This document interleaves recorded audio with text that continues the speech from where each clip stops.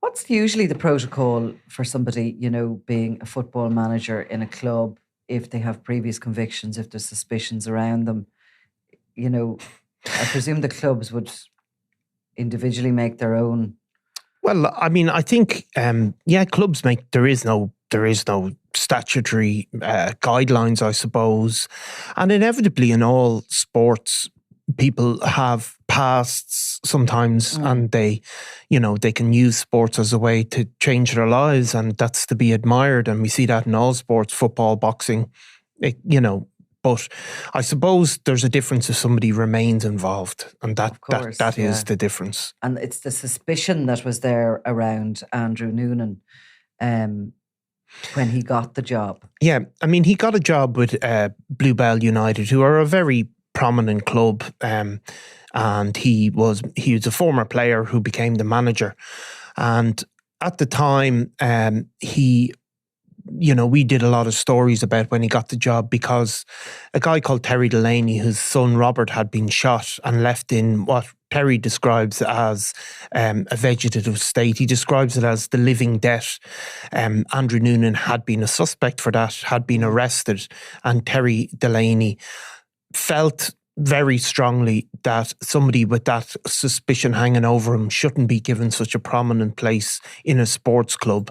So when was Robert Delaney shot, and what was the story around that? So, I mean, Robert Delaney was shot in 2008. Now, we've covered all these cases over many, many years. I still think Robert Delaney's shooting is one of the most shocking that I have ever reported on. And I got to know Terry quite well at the time. Basically, Robert was a postman, absolutely ordinary guy with a couple of kids, nothing to do with crime, not a hard man, just absolutely no links to criminality. And what happened, he is out in a pub one night. Somebody he knows is involved in, one of these bog standard confrontations that occur. Robert Delaney comes over to sort of defend his friend. Just a nothing incident.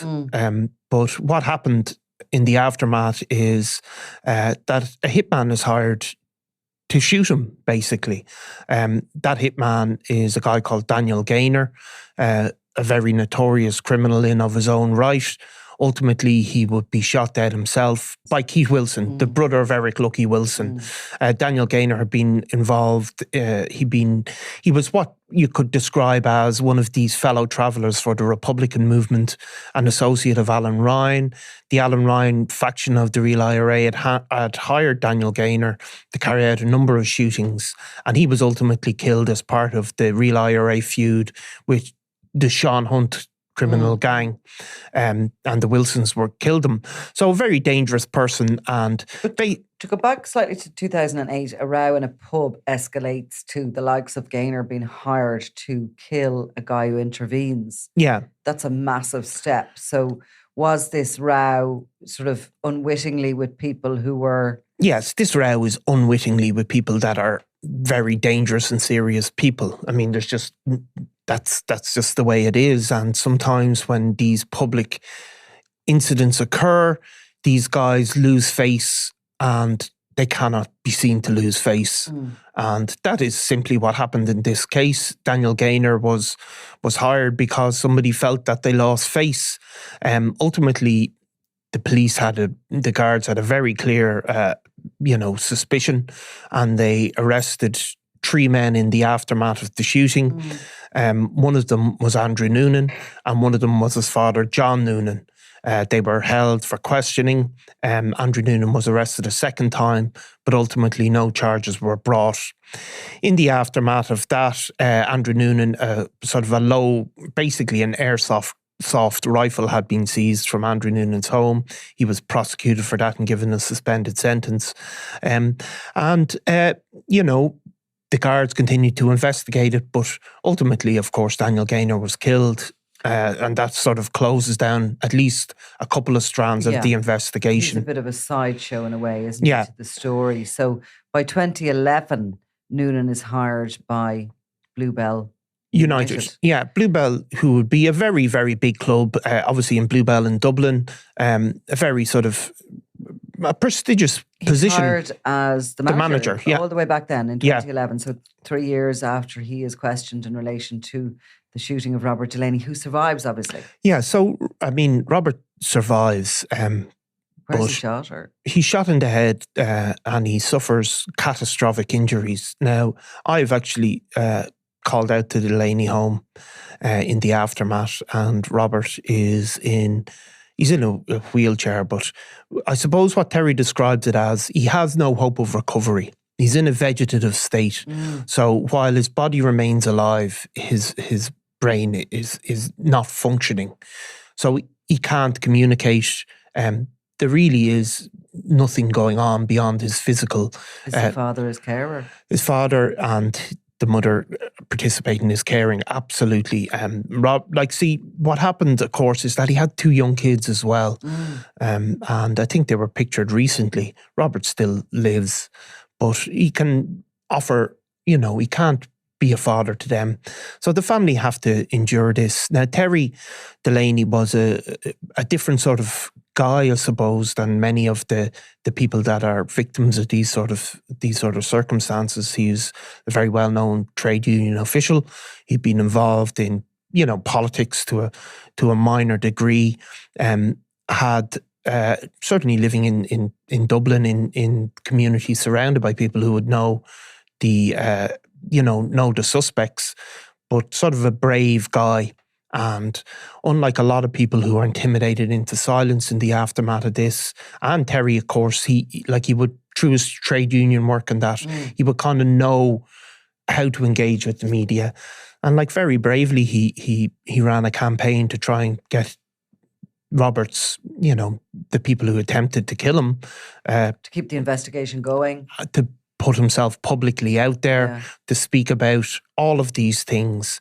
But so... And all the while, Andrew Noonan was sort of in a very high sort of brow community post in that he was the manager of Bluebell United Football Club. And in one point had even been the manager, a sort of a temporary position where he managed a selection of players for Ireland from the lower leagues. So, it was kind of, I suppose we've spoken before about people, and not to compare them, everybody is different, but where people can have sort of be a respectable in one world and less respectable in another. And Andrew Noonan had this kind of respectable life going on where he'd be interviewed by newspapers and media outlets as the manager of this club, all the while obviously remaining a suspect in this shooting. Now, it was... Other criminality clearly as well, given what has happened. Well, there was always these rumours. So, and you have to remember, of course, when this...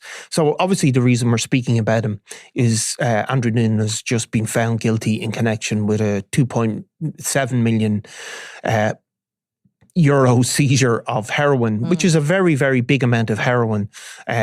The seizure happened in 2020, which is a long time for it then to come to court because unlike one of his co-accused, Andrew Noonan pled guilty the whole way along and has just gone through a jury trial and been convicted. The heroin was found in August 2020. Now, this was the first year really of the COVID lockdowns. And heroin was of huge value in that year because obviously it was... there was a little bit of a blip in drug supply with the transport of goods and everything kind of was rocked by that. There was a need for heroin. There always will be because most people who take heroin, majority of are addicted to it. Yeah, there's a kind of a permanent market for it, I suppose. Permanent market for it. And I mean, a lot of other drug suppliers would look down their nose, certainly used to, on heroin suppliers. In the West Dublin area, the biggest grouping that were supplying and have been supplying heroin for a long time would be known as the Family. So, I mean, that seizure of 2.7 million, was this in Andrew Noonan's home? No, it wasn't in his home. It was delivered. It was delivered in a package from Amsterdam to Dublin to an industrial estate, and it was collected by a guy called Keith Quinn, who'd also played for Bluebell United. Remember, Andrew Noonan at this point is still the manager of Bluebell. He hasn't moved on, so that's very controversial in itself. The package was received at an industrial estate. Certainly, Keith Quinn ultimately would plead guilty. I think initially he got a shorter sentence of about 4 years, but the DPP appealed that, and it was brought up to 7.5 years. Now, Keith Quinn is of the lesser role in this drug seizure. He seems to be the guy who's doing the collecting, basically. Keith Quinn, again, had been a very talented footballer. His brother, Alan Quinn, had played for Ireland, the full team. He gave evidence on his behalf, saying that, he'd come from a good family and he didn't condone what he did, but his brother isn't a bad lad. And I think it's all accepted that that he had a lesser role. So it was a very, very significant seizure. Now, Andrew Noonan, ultimately Bluebell let him go. At the point at which he's arrested, he's removed from the club. After his arrest or his plea? He's arrested and charged within a couple of days, okay. So there wasn't a big difference. Yeah. The irony, of course, is that his own father, John Noonan, had been one of probably, arguably the most prominent anti-heroin campaigner in Dublin during the heroin epidemic. He had ran an organisation, or he'd been a founding member of an organisation called Concerned Parents Against Drugs, which were, huge news at the time. John Noonan had a long involvement with the IRA. Ultimately, he had served at some point in the 70s. He served a prison sentence, and he would go on post the ceasefire to write a book called "What Do I Do Now," where he spoke about the Concerned Parents Against Drugs. And of course, the Concerned Parents Against Drugs were certainly, they served a function in the communities as the heroin epidemic took hold. They would march against drug dealers, put them out. But there was always another perspective, given that they'd been, I suppose, infiltrated by the provos. That was always disputed, and there was always a grey area there. There was certainly a lot of people involved in that who saw it as a community organisation. But provisional IRA members certainly had played a role. Now, John Noonan, after the ceasefire, wrote a book about his experiences because he went on to become a kind of a celebrity ex-Republican, I suppose. He became a bodyguard to the stars for Bono. He did a lot of work on, if there was a film shoot in Dublin, he'd provide the security services. And in his book, What Do I Do Now?, he talked about his work with the Concerned Parents Against Drugs, and he'd say, as the Concerned Parents Against Drugs grew and grew, I was mostly the one to tackle the big drug dealers, to meet them and advise them to change their ways or face the consequences. So his role was clear, and he also spoke at the time in his book about clashing with Martin Foley, for example. If you remember the Concerned Parents Against Drugs, and then what was it? Concerned Criminals Against Parents. Yeah, so whatever it was. So he was at the centre of that. I mean, these were big stories at the time, a big deal. That's where John Noonan was coming from. Now, what happened to him in the aftermath of again, was that he became a target for the Criminal Assets Bureau. Now, we've spoken about this before, but at the time, the Criminal Assets Bureau, they didn't bring a proceeds of crime case against them. Revenue cases, yeah. What they brought exactly was a tax case where, they look into your finances, and if you can't justify where your wealth came and you haven't paid tax on it, they hit you with a tax bill. So they hit him with a massive tax bill, a £2.6 million tax demand, basically. Now, that was in 2011, and it came to court. Mixed in with all of that was the property crash, basically. So some of his debts were, he basically got out a load of mortgages. I think he had owned 9 homes in Ireland, I think one in Spain. He'd also owned a berth in a marina in Spain. And ultimately, CAB seized all of those assets, sold them off, and he was declared bankrupt. In the court, there was some interesting stuff. Now, you're going back in time, but he admitted during his failed tax appeal that he was a senior member of the Republican movement until 2004 and had a bank account under the name of Peter Simpson, which he said was operated for the Republican movement. So his connections into Republicanism became a feature in that case, to say for sure.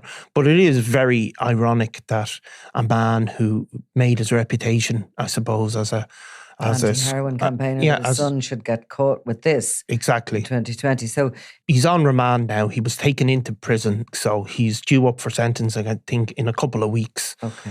Now, in the meantime, back to Robert Delaney, who is catastrophically injured by this shooting that both Andrew and his father John are quizzed about. So Robert Delaney is welcoming, first of all, sort of that Andrew's conviction, his guilty plea on this. But he's also questioning Bluebell United still and how they employed him. Yeah, because I don't know if you remember the story back in the time. Like, I got to know Terry quite well at the time in particular. And, it's a very difficult thing to stand up against people that hold this sort of, self-declared fear, I suppose, as John Noonan described. And at one point, Terry held a protest at Bluebell United shortly after Andrew was given the job. Terry and a few family members and supporters went down and actively protest on the sidelines. Now, he's saying that, ultimately the club and the footballing world in general have a lot to answer for. That, these links to crime or the suspicion around somebody for committing such a horrendous act, they should have taken that into consideration.